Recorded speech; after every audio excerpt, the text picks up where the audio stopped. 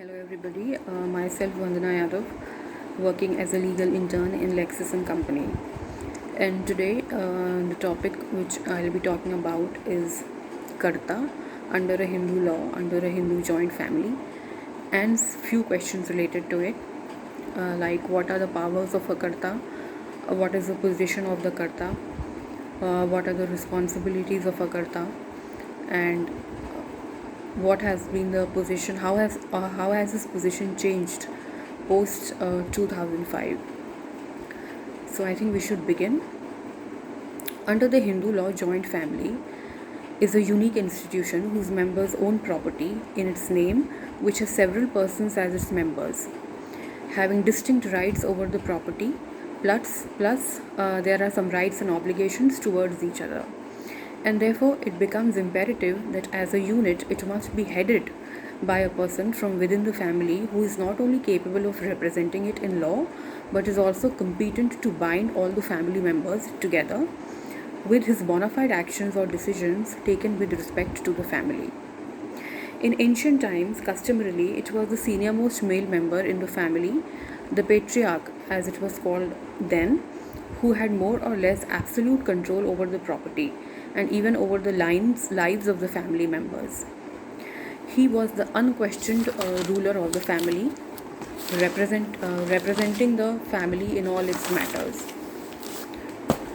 His decisions were final as he was obeyed by all the members of the family, and this basic framework has remained the same, but absolute powers, of course, have been diluted to some superior powers coexisting with superior responsibilities.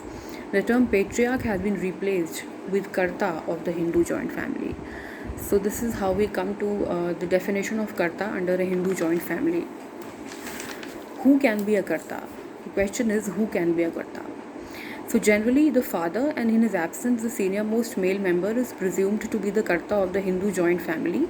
The position of the Karta is regulated by seniority and does not depend upon the consent of the other family members. So the position is given by and it is regulated by your seniority in the family. So long as the Karta is alive, no one else on his own can be a Karta, and if Karta so desires, he continues to occupy the representative capacity even though he may be inadept to look after the family affairs by reasons of age or health. We will see this through a case, that is Rasanand Sahu versus Prafulla Kumar Sahu. In this case, a member of the Hindu joint family comprising his father and younger brothers, they were actively managing the affairs of the company. The father had become very feeble, hard of hearing, devoid of clear vision, and he was even bedridden due to his old age. Here, the elder brother was generous enough to take charge of educating his 16 to 17 years younger brothers, to allow them to stay in his own property, and even to repay the loan of his father by selling his own separate property. But it was held in this case that even such generosity showed by the elder brother cannot lead to the conclusion that he was the Karta of this joint family during the lifetime of his father. So long as the father was alive, he couldn't become the Karta in spite of doing all the generous works and taking all the responsibilities. Two members may look after the management of the property, but there can be only one Karta under Hindu law in a Hindu joint family. There is no scope for two Kartas or two representatives. Yes, on the death of the Karta, the next male in seniority will become the Karta, and if there are some legal proceedings pending in the court involving the joint family, his name will be substituted as the representative of the family in place of the deceased Karta. Another question is, when can a junior member or a co-parcenary be a Karta?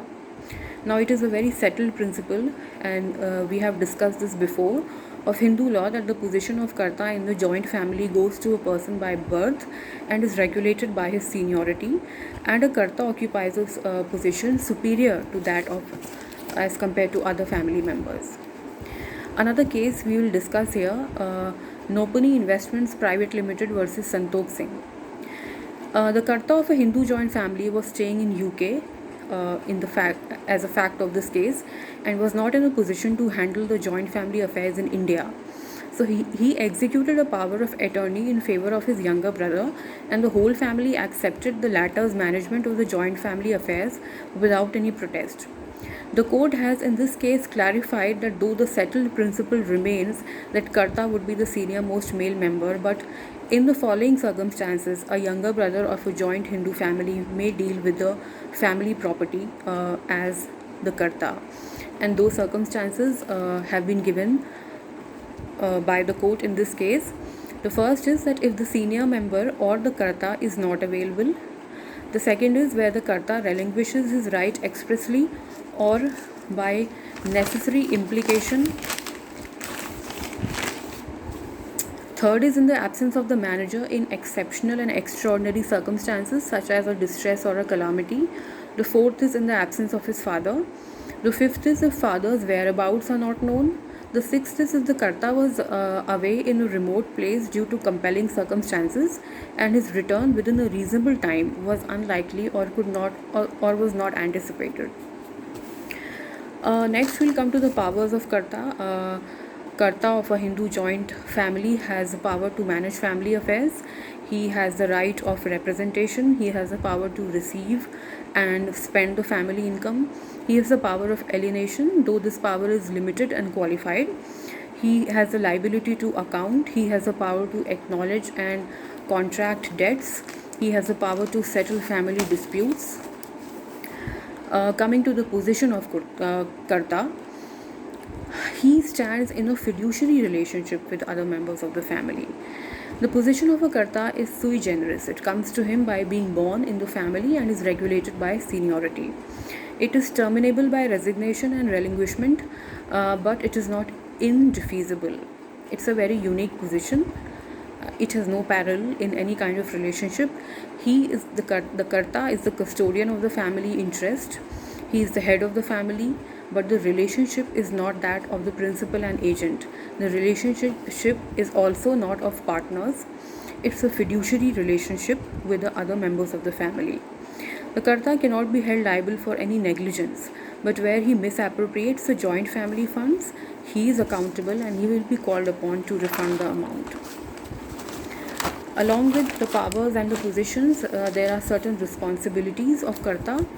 This superior position of the Karta is saddled with some superior responsibilities as well.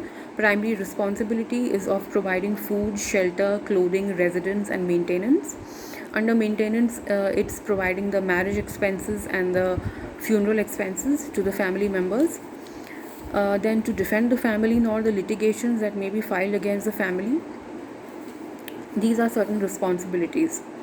We'll be talking about the position of a Karta post 2005 amendment in the Hindu Succession Act. So the Hindu Succession Amendment Act 2005 removed the disqualification of a female not being a co-parsoner and hence not becoming a Karta. Now, post 2005, even a female member, by virtue of her being the first born eldest, can be a Karta. And we will see this through our last case, which is Sujata Sharma versus Manu Gupta. In this case, Delhi High Court held that Section 6 of the Hindu Succession Act Amendment 2005 uses a very clear language that does not stipulate any such restriction. Moreover, the marriage of a daughter who is a co-parsoner did not alter the right to inherit the co-parsonary property to which she succeeds after her father's demise. And conclusively, and it was thus held that a daughter as a co-parsoner, if she is the senior most in the family, would be competent to become the Karta of the family. So this was all about the Karta and few questions related to it. Thank you. Hope you liked the video.